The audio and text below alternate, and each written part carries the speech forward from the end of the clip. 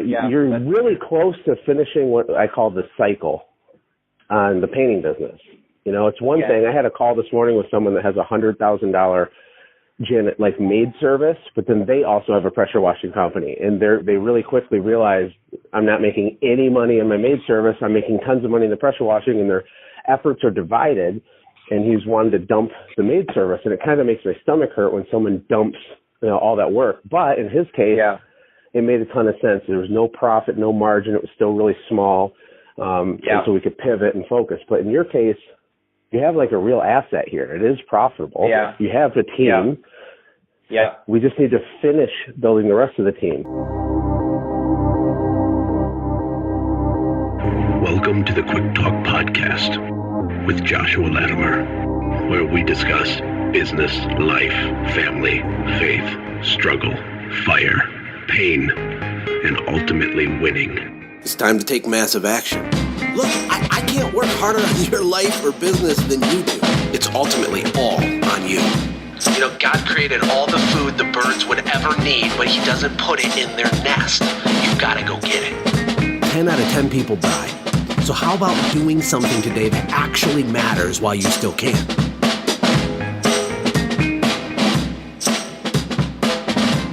So, how's it going? What's been going on since It's good. I actually finished the boot camp 2 days ago.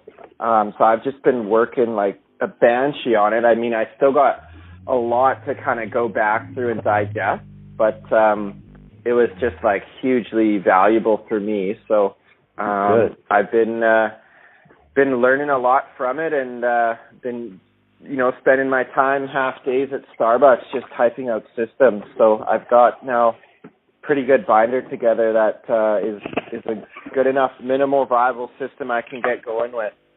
Yeah. Doesn't it feel good, even though it's really boring to actually do it? It feels so good to have it done. I know. I counted up how many systems I've made. It's 142. So it's been slow trucking the last 4 months, but I've been wow, dude. That is incredible. Yeah. Very good. Yeah. All right. So where are we at with planning for 2018 and what's standing in our way? Yeah, so we did $89K last year was my first year launching, and then this year I'm planning revenue-wise to go for 200. The thing that's maybe unique with me is I'm also running a painting business as well.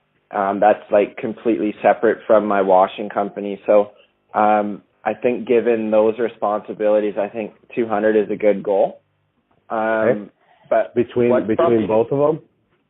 No, painting does $500,000 in revenue, that's right, and then 200 in Revive. So yeah, I guess $700,000 if both companies combined is what we're going for. Are you going to be able to focus mostly on the cleaning business this year? Do you have a full team in place for the painting thing, or are you just literally dividing your efforts? It's kind of probably closer to dividing my efforts. Having said that, all our painters are all in place already, which is really good. So I've got it down to about 20 hours a week of my time in the painting business to do the sales and oversee the guys. That's kind of as low time commitment as I can get it to. And then I would say my other 40 hours a week or so are in my washing company. Okay. And what kind of team do you have for the washing company? Nothing right now. All I've got is one of my techs last year. He's coming back for half the season. And then I've got another guy I'm moving from my painting company over to washing, and we're going to start tech training in the next few weeks. So that's it right now. Okay. And did you go through, you may not have done this, but I'll send you a link to it, but I have it's almost a 2-hour teaching on how to do your projections for revenue for your cleaning business for 2018 based on, I know in the boot camp you went through the year-over-year revenue section, right? Yeah. Where you kind of look at the natural ebbs and flows and the natural buying cycles for your market, and then you kind of line up your goal on top of those percentages. You know what I'm talking about? Yes. Have you done that process yet? Not specifically, no. Okay. The reason that'll be, I think, really helpful for you on the cleaning side is it's going to show you up front pretty accurately when you need to hire, when you need to market, and you can also figure out the exact amount of customers you need to get per week for the whole year. Right. Once you have that in place, then you have your entire roadmap, right? Right. Are you primarily going to be focusing on sales while you're running the washroom, or are you going to be in the field? Ideally just on sales. I mean, last year I was in the field just training up our guys like in April range. So that's kind of be my focus this year would be, get training done, move to level 2, as you call it, in administration, and then on to sales. So that's what I'm hoping to do. And you make enough personal income from the painting business to leave the money in the washing business alone for a little while, right? I haven't taken a paycheck yet, and I was going to talk to you about that actually on this call. Is I've got like everything's paid, taxes, the guys, everything, and there's still about $30,000 in the account. So good. Painting is a blessing and a curse, but it is good in that I can leave that money in to fuel my growth. So that's kind of what I'm excited about this year is how to allocate some of those funds. Do you feel like you have a good grasp? Because I know it's only less than a year that you've done the cleaning. Do you have a decent grasp on some of your basic metrics yet? Like, for example, your average ticket or your average margin or your crew hour? Like decently. Our average ticket is actually $600, which is pretty good, I think. You're doing pressure cleaning then? Yeah, pressure cleaning, a lot of vinyl washing, windows and gutters. We try sell it as like a full cleanup package for a homeowner at $580. And that's Beautiful. Like a lot of our revenue was just that spring cleanup package. And we also wash all the houses in my painting business, when we're painting outside. So that's a chunk of $25,000 revenue. That's usually pretty solid or it was last year anyways. Okay. But yeah, as far as margins, I've got like a pretty detailed budget made up on Google Sheets that kind of tracks everything. Very good. And crew hour, I mean, we were at about $56 for crew hour last year. Is that for one person? Do you mean man hour? Man hour, yeah. Okay, I was going to say, oh no, that's not good. We got a problem. No, totally. Yeah, that'd be like a charge rate. So if we're, a $500 job, it takes 10 hours, it'd be $50. So I guess man hour is the best way to say it. You're right. And you are also tracking the total time in between jobs when you calculate that, right? Not just time on the job site, but from the shop to the first job, drive time to the second job, all the way back to the shop, right? Yeah, that's all in. Perfect, dude. You're crushing it. I love this. Okay, a couple other questions for you. Yeah, you bet. Okay, what does your family situation look like is the first question. I don't know if you're married, do you have kids? And the second question is, what is your why for this company? What's the ultimate desired outcome here? Yeah, totally. So family situation, I just got engaged. I'm getting married this fall. So that's exciting kind of transition. But yeah, no kids, just Alex will be moving into my condo. We'll be getting married.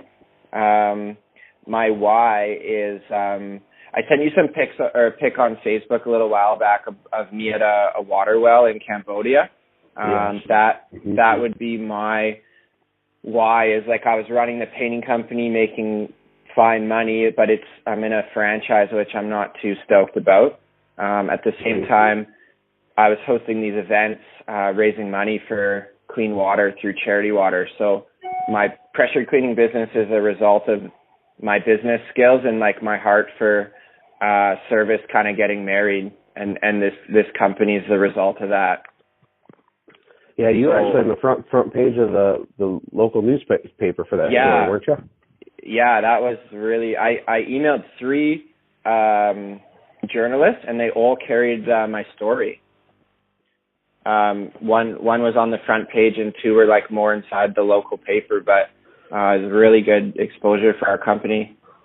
It's amazing, man. I love your heart. I love your passion. You have a great foundation. Now we just have to make sure we're working on the right things in the right order. The only thing that came up when you were kind of laying out the first few minutes of our conversation was that the goal at 200, honestly, it seems too low to me. Is there a reason? Okay. Is it like is there some reason that you think that is should be the goal? I'm pretty like risk averse and very calculated in my approach, I would say. It's only low in that I just think that, you know, when my painting business gets busy in the summer, it's just like crazy. And I'm just trying to like hedge against that a little bit and maybe keep it a little lower, but maybe it is too low.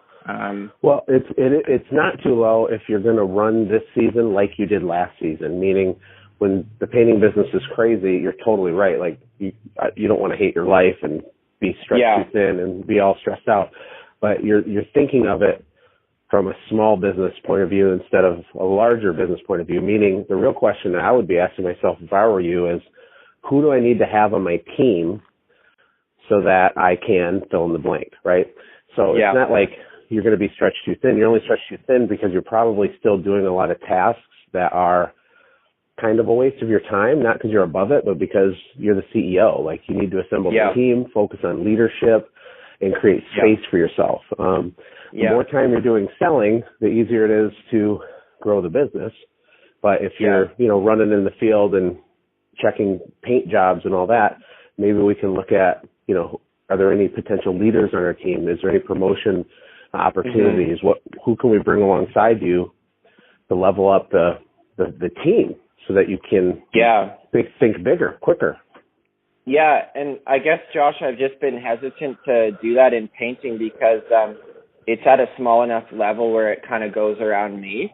And because it's franchised and I'm paying a royalty, and I do want to get out of it once Revive is big enough, that I've always been a little bit like, I don't know if it's really worth it to bring somebody in. But you're right. Like, I don't mean bring someone in to grow the painting business. I mean, bring someone in to take the pressure off of you for the painting business so you can focus really hardcore on Revive. I mean, it seems like you'd want to get Revive up and stable and profitable and larger as fast as possible, right? Because then you can start doing what you want. If you do 200 this year and 300 the next year and 450 the next year, it's going to take forever for you to kind of replicate it. With your experience of doing what you've done in the market that you're in, doing house wash packages, you could probably get there in like a season and a half if you did it. Really, right. Oh, absolutely. But how big would you say there is? Like 500K, 4 or 5? Yeah, I'm just comparing it to your current core business, sure, so that you can dump that, sell it, do whatever you want to do with it, and then kind of, have accomplished your first step in your goal. It doesn't have to take a long time to get up over $500,000. It's not like it's necessarily easy, but as long as you're working on the right things in the right order with a lot of intensity, it can happen really fast when you have a high average ticket like that. Yeah. Describe your market to me. What's the population like? What are the demographics? It's crazy, man. So an average house here in my suburb area is about $1 million to $1.2 million bucks. So our real estate market has went crazy the last few years. So our target market, Mr. and Mrs. Jones, 55 years old with adult kids, they're all staying put in their house for another 10 years because it's so expensive to move anywhere and they don't want to downsize. So these people live in these gigantic houses and they have money, but they can't get on a ladder to go service them, nor do they have the equipment. So that's why they hire our painting company, and that's why they hire our washing company.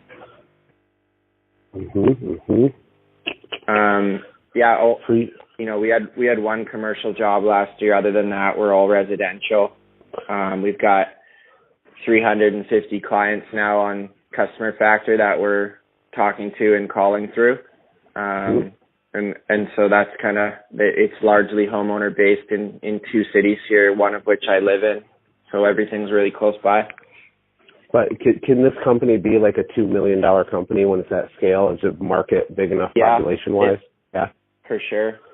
Okay. Even when I leave painting with my franchise, it might take me 2 years to really grow this cleaning side, and then I could always introduce painting down the road as another service. Like, that would make sense.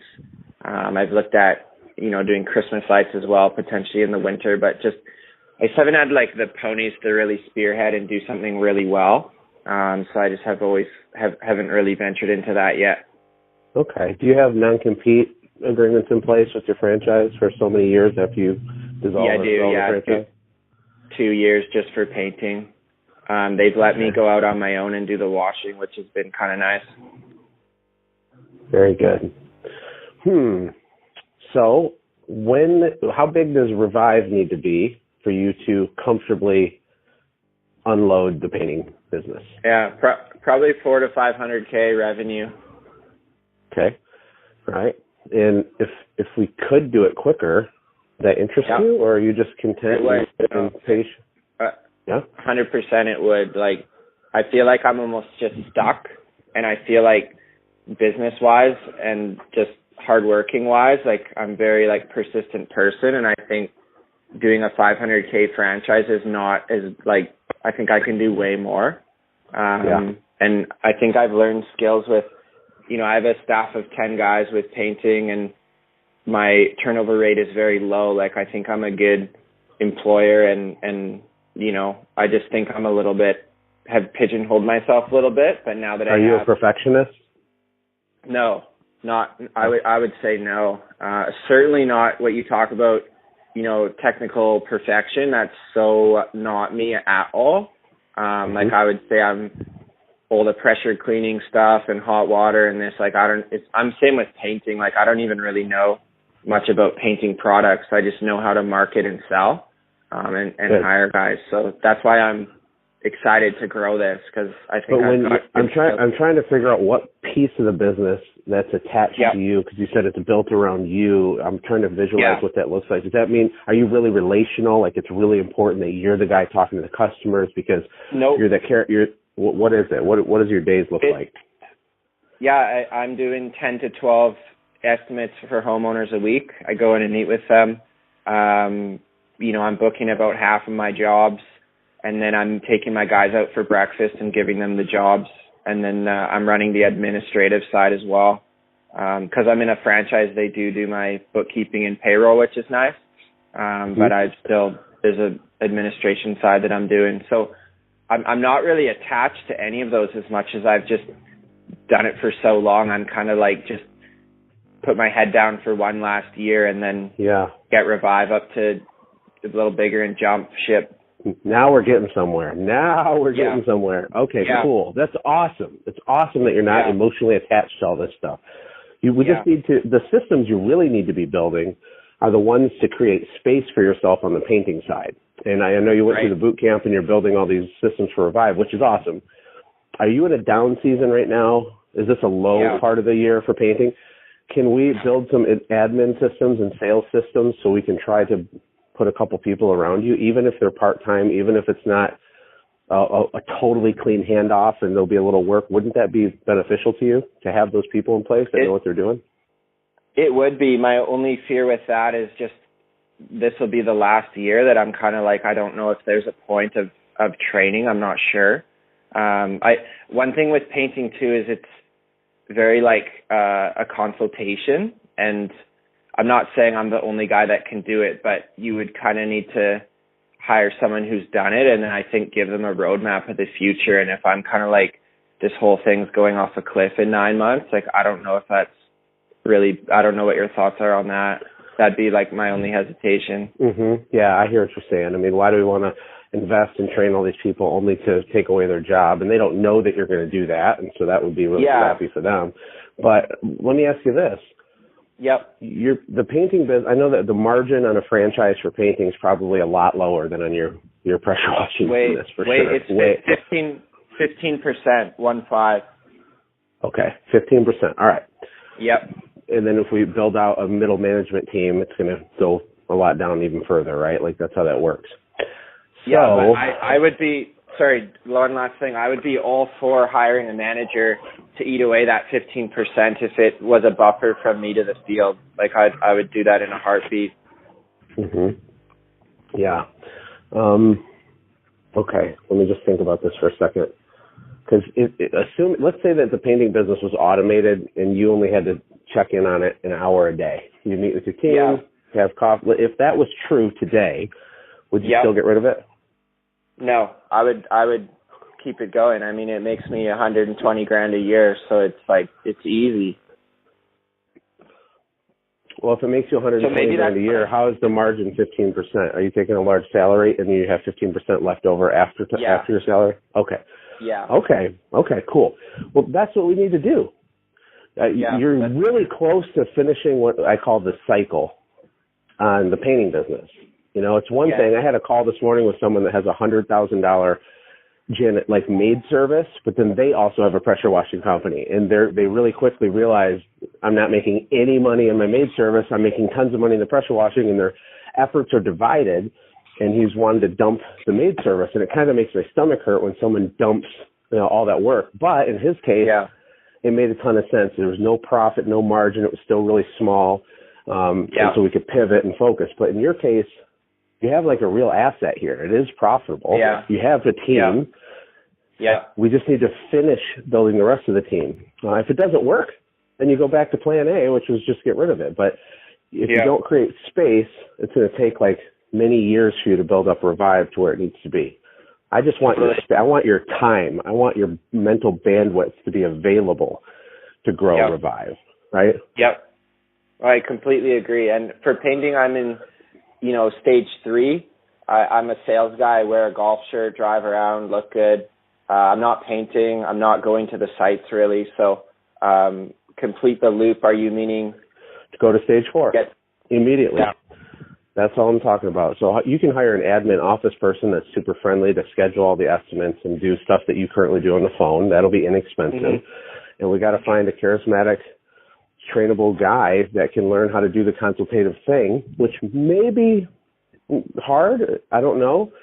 But if you spend some time at Starbucks on your next system and really lay out the architecture of how you do your job when you're selling, most of it you just do it without thinking because you're a salesperson and it's in your head. Mm-hmm. If we can get it out of your head and find the right personality, I think it would work. Josh, I had my sister do it last year. She booked half our 500, $250,000, but it wasn't like booked well. It was underbid and all this stuff. And I take full responsibility. Like I didn't have any built out SOPs or anything.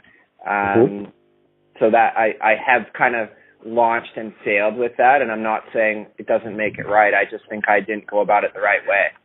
No, you did it the perfect way. I think your expectation was wrong. Of course she's going to do it wrong for a little while. You probably sucked at it your first year in business.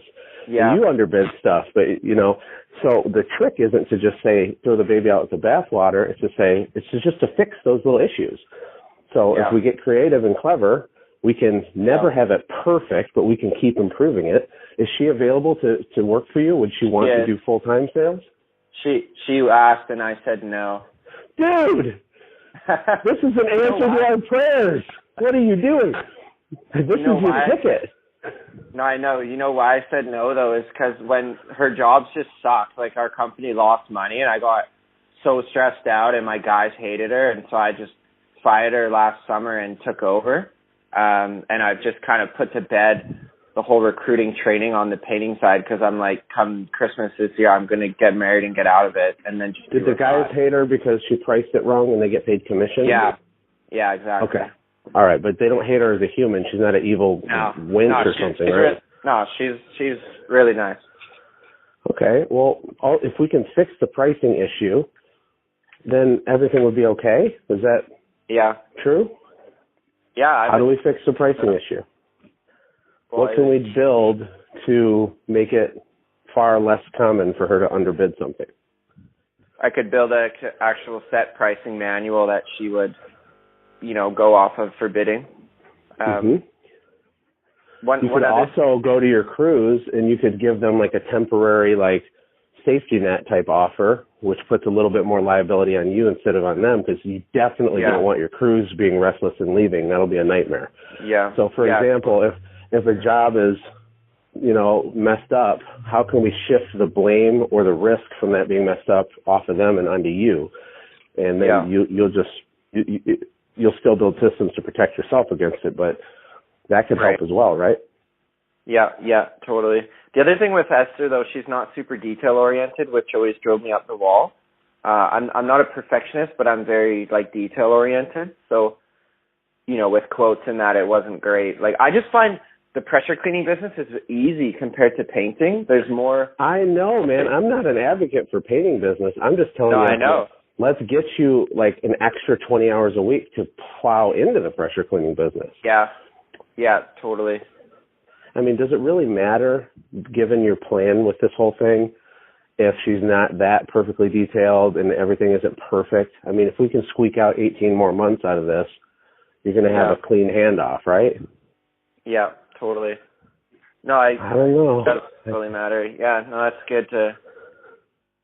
You bring up a really good point for me to really push into, because I think it's what's needed to really get Revive taking off like a rocket ship, I have on my desk right here. I'm in my office. This is for myself. I have what's called an entrepreneurial scorecard, and I look at it every day. And it has 4 columns. It has $5 an hour tasks, $50 an hour tasks, $500 an hour tasks, and $5,000 an hour tasks. My job is to live. I can't 100% live in the $5,000 an hour task, but I want the lion's share of my time to be there. And it's actually not perfect for me because of the size of our software company and some of the things, right?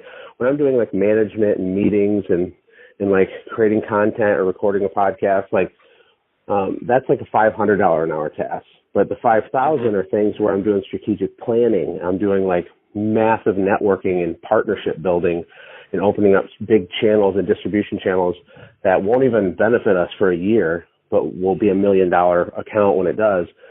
But what happens with business owners is they get stuck in the $5 and $50 an hour task.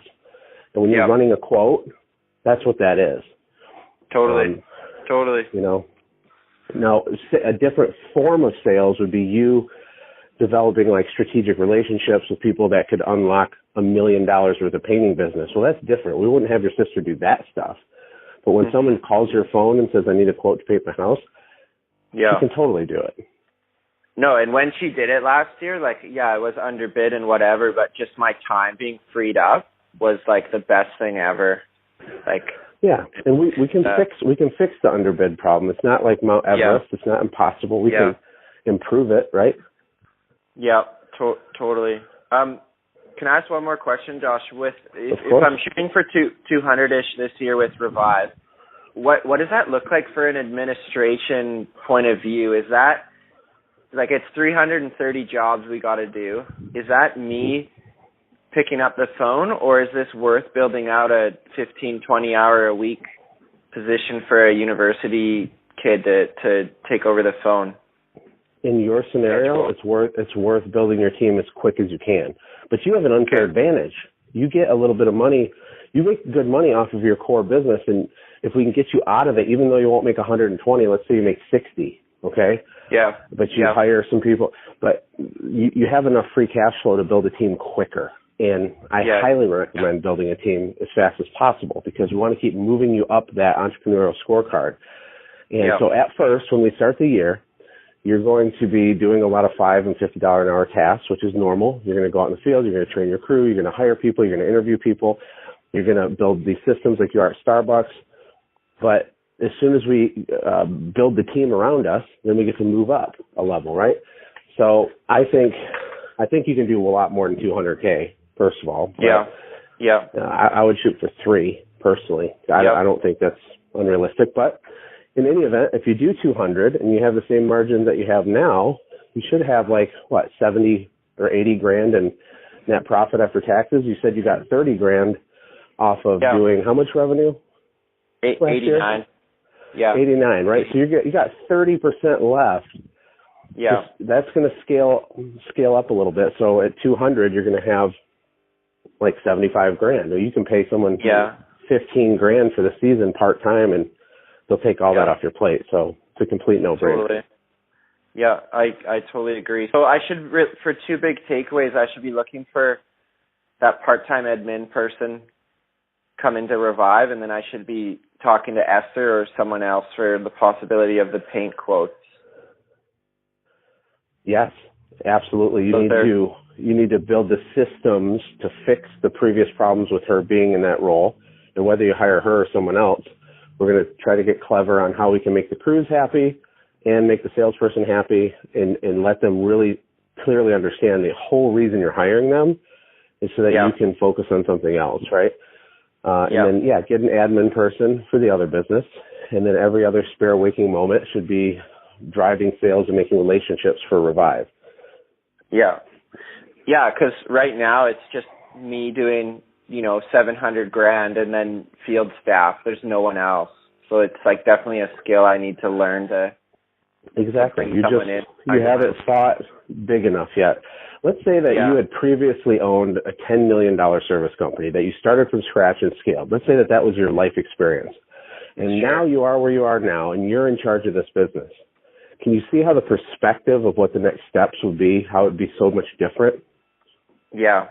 Right? Because that person would have certainty in the right steps. And that's what's really hard, is we're not sure. We're like, I don't know, it's risky. I don't want to take too much risk. And it's all real. I totally get it. The only risk you have is keeping doing it the way that you're doing it now. Because if you got hurt or sick and you were down for a month, everything is going to burst into flames. It's actually more risky to not build the team. Yep. You need to quickly build it and make it a good team. Like, I don't mean quickly just hire a warm body.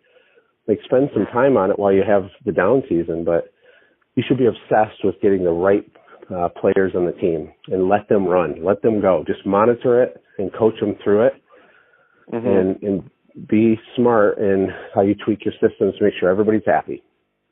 Yeah, totally. I think I view it too much as just like, me being able to do everything, like Superman syndrome. And that's because it's true. These businesses exist because you are the Superman guy, but that's not what scales them. So there's a ceiling on it, and this is why people get stuck. This is the definition of why businesses grow, flatline is what we're talking about. Yep. Totally. And that you are Superman. Normal people can't do this stuff. You're a maniac. My painting company's been at $500K for like 5 years now, and it's like good money. I've saved up and bought a house, and it's like great, but it's just like, I don't want to have it there forever, Yeah, because you're doing what I talk about on my podcast all the time, which is the way that you do business, what you're describing to me, the way your work schedule in life is structured has a ceiling on it. And you hit the ceiling at 500, and that's why it's hanging out right there. Yep, totally. Yep. And it's not bad. Like, this isn't like a scolding thing. Like, you're doing amazing stuff. You're super young. You have a heart you want to be radically generous. You want to change the world. You care about your people. You're a good leader. You're doing everything right. We just have you have to learn how to put other leaders underneath you being the leader. That second layer. Which is what your talk with Howard was like. I had a huge takeaway from that, bringing, like, the true sign of a leader is bringing up more leaders. And that's something I really need to learn over the next little bit. Yes. Because you're probably just a really good manager right now, which management is super important.